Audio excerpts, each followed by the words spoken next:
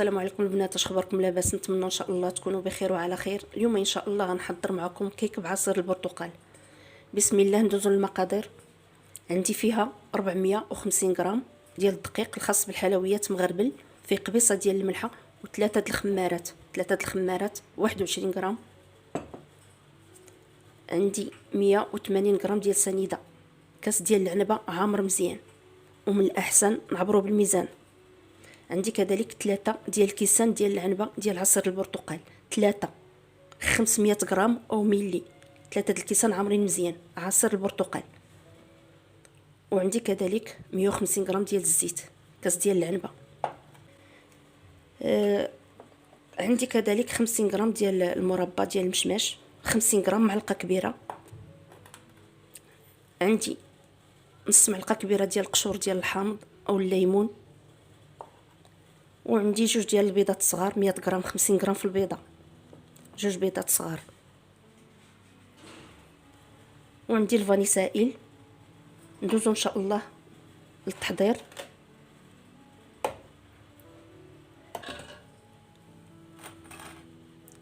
كنديروا البيض،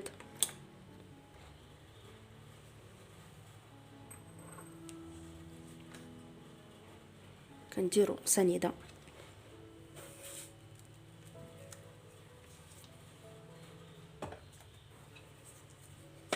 بسم الله.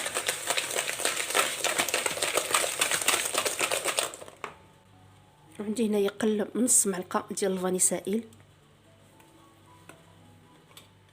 ممكن تستعملوا العادي.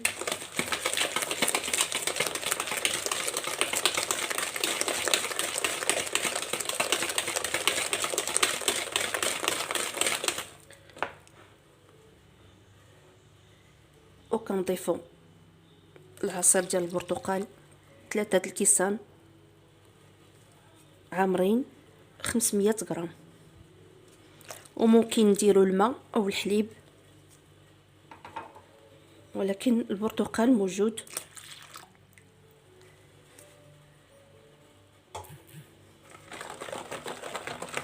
وكنخدمو مزيان.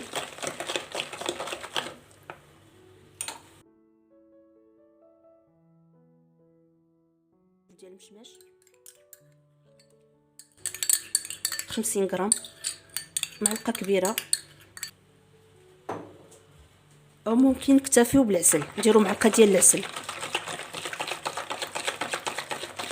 كنخدمو مزيان حتى كتذوب لينا السنيده او السكر.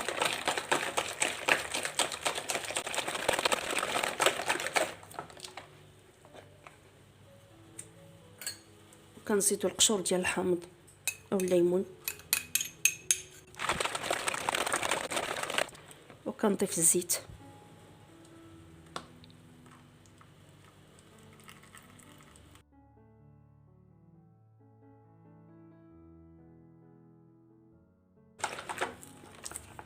وكنضيفوا الدقيق،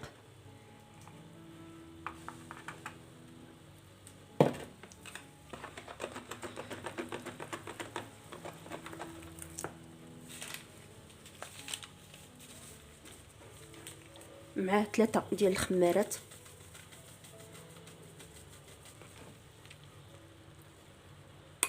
سهله.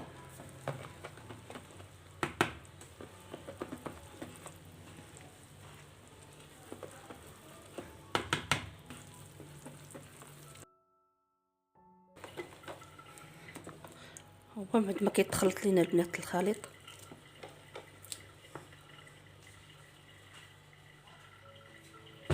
دابا كنجيبوا المول. انا عندي هنايا المول 28 في الحجم ديالو. عندي مول كبير، ممكن ديروا الصغير وتفرقوا المقادير. بسم الله.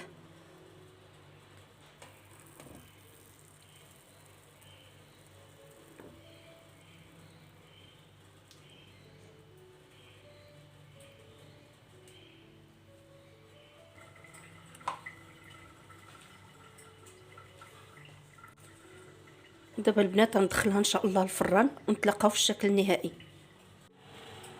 ها هي الكيكه البنات بعد ما خرجتها من الفران في شكلها النهائي. كنتمنى ان شاء الله تنال الاعجاب ديالكم، وبالصحه والراحه، ونتلاقاو ان شاء الله في حصه جديده.